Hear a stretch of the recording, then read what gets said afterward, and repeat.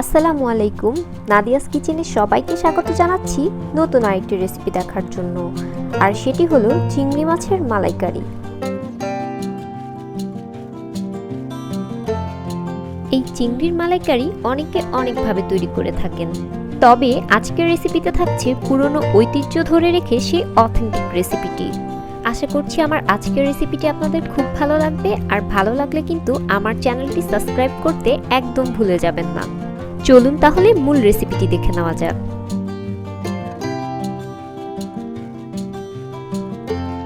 মালাইকারি রান্নার জন্য আমি এখানে নিয়েছি গলদা চিংড়ি।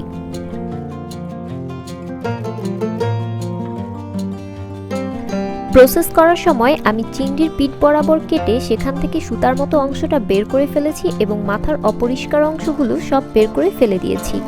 এবার চিংড়িগুলো সামান্য কিছুটা লবণ এবং হাফ চা চামচ হলুদের গুঁড়ো দিয়ে খুব ভালোভাবে মেখে নিব। ভাজার আগে চিংড়িগুলোকে খুব ভালোভাবে মেখে নেওয়া খুব জরুরি। এবার চুলায় একটি পাত্র বসিয়ে তাতে 1/3 কাপ সরিষার তেল গরম করতে দিয়ে দিব। তেলটা মোটামুটি গরম হয়ে আসলে প্রায় 10 থেকে 15 মিনিট আগে মাখিয়ে রাখা চিংড়িগুলো একে একে দিয়ে দিব। চুলার জালটা মিডিয়াম রেখে চিংড়ির প্রতিটা পাশই 1 মিনিট করে ভেজে নিব। এই পর্যায়ে চিংড়িকে খুব বেশি ভেজে শক্ত করে ফেলা যাবে না। ট্র্যাডিশনাল চিংড়ির মালাইকারি রান্নায় সরিষার তেল ব্যবহার করাই ভালো, তবে হাতের কাছে সরিষার তেল না থাকলে নর্মাল সয়াবিন তেল দিয়েও এই রান্নাটা করা যাবে। চিংড়িগুলোকে দুপাশে 1 মিনিট করে ভেজে নেওয়ার পর এবার চিংড়িগুলোকে কড়াই থেকে উঠিয়ে নিচ্ছি। এবার সেই একই গরম তেলে ছোট্ট 3 টুকরো দারুচিনি, 3-4টি সবুজ এলাচ এবং লবঙ্গ দিয়ে দিলাম, আর সাথে আস্ত 2টো শুকনো মরিচ ছোট ছোট টুকরো করে দিয়ে ঘ্রাণ ছেড়ে আসা পর্যন্ত এগুলোকে তেলের সাথে ভেজে নিব।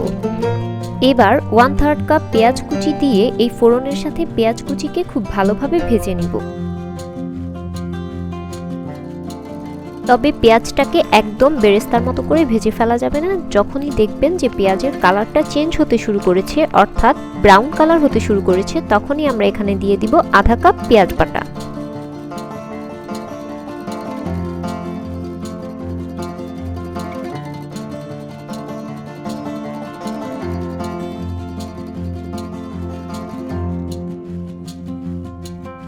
এই রান্নায় আমি পেঁয়াজ কুচি এবং পেঁয়াজ বাটা দুটোই ব্যবহার করছি, কারণ পেঁয়াজ কুচি ফোড়নের সাথে খুব সুন্দর একটা ঘ্রাণ তৈরি করবে, আর পেঁয়াজ বাটা এই রান্নায় একটা গ্রেভি তৈরি করবে। কাঁচা পেঁয়াজটা 2 মিনিট কষিয়ে নিয়ে আমি এখানে দিয়ে দিচ্ছি 1 চা চামচ লাল মরিচের গুঁড়া এবং খুব সামান্য পরিমাণ হলুদের গুঁড়া। সাথে দিয়ে দিচ্ছি 1 চা চামচ রসুন বাটা এবং 1 চা চামচ আদা বাটা, আর স্বাদমতো কিছুটা লবণ এবং একটা তেজপাতা মাঝখান থেকে চিড়ে দিয়ে দিলাম। এবার সবগুলো মশলাকে খুব ভালোভাবে কষিয়ে নিতে হবে। মশলাগুলোকে খুব ভালোভাবে কষিয়ে নেওয়ার জন্য আমি এখানে 2 কাপ নারকেল দুধের থেকে আধা কাপ নারকেল দুধ এখন ব্যবহার করছি, আর বাকি 1.5 কাপ নারকেলের দুধ আমি রান্নায় পরবর্তী কাজে ব্যবহার করব। এই মশলা কষানোর ক্ষেত্রে আমি কোনো ধরনের পানি ব্যবহার করছি না, শুধুমাত্র নারকেলের দুধ দিয়ে মশলাকে কষিয়ে নিব খুব ভালোভাবে।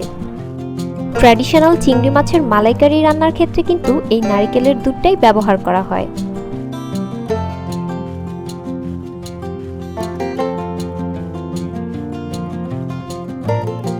চার 5 মিনিট ধরে মিডিয়াম টু লো হিটে মশলাটাকে খুব ভালোভাবে কষিয়ে নেওয়ার পর এখানে রেখে দেওয়া বাকি 1.5 কাপ নারকেলের দুধ দিয়ে দিলাম। এবার মশলাগুলোকে খুব ভালোভাবে নেড়েচেড়ে মিক্স করে একটা ঢাকনা দিয়ে ঢেকে রেখে দিব। অপেক্ষা করব মশলাগুলো বলক আসা পর্যন্ত।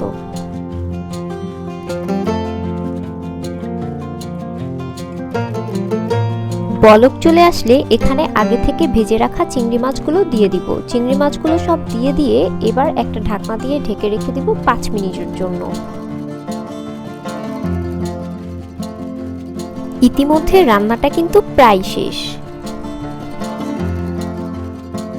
তো রান্নার এই শেষ পর্যায়ের দিকে আমি এখানে দিয়ে দিব 4-5টে আস্ত কাঁচামরিচ শুধুমাত্র ফ্লেভারের জন্য, 1 চা চামচ পরিমাণ চিনি এবং 2 চা চামচ গাওয়া ঘি। ঘিটা শেষ পর্যায়ে দিলে কিন্তু ফ্লেভারটা খুব ভালো পাওয়া যায়। এই পর্যায়ে চুলার জালটা মিডিয়াম টু লোতে রেখে ঢাকনা দিয়ে অপেক্ষা করব আর 2-3 মিনিট।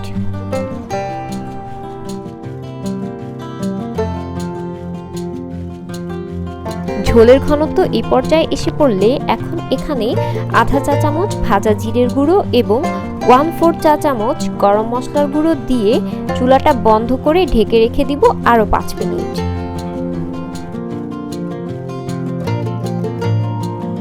এবার চলে এসেছি চিংড়ি মাছের মালাইকারি পরিবেশনে। পোলাও কিংবা সাদা ভাত যে কোনো কিছুর সাথেই এই চিংড়ির মালাইকারি খেতে খুব ভালো লাগবে। আমার আজকের রেসিপিটি আপনাদের কেমন লাগলো অবশ্যই কমেন্ট করে জানাবেন। ভালো লাগলে একটি লাইক দিবেন এবং আমার চ্যানেলটি সাবস্ক্রাইব করে আমার পাশে থাকবেন।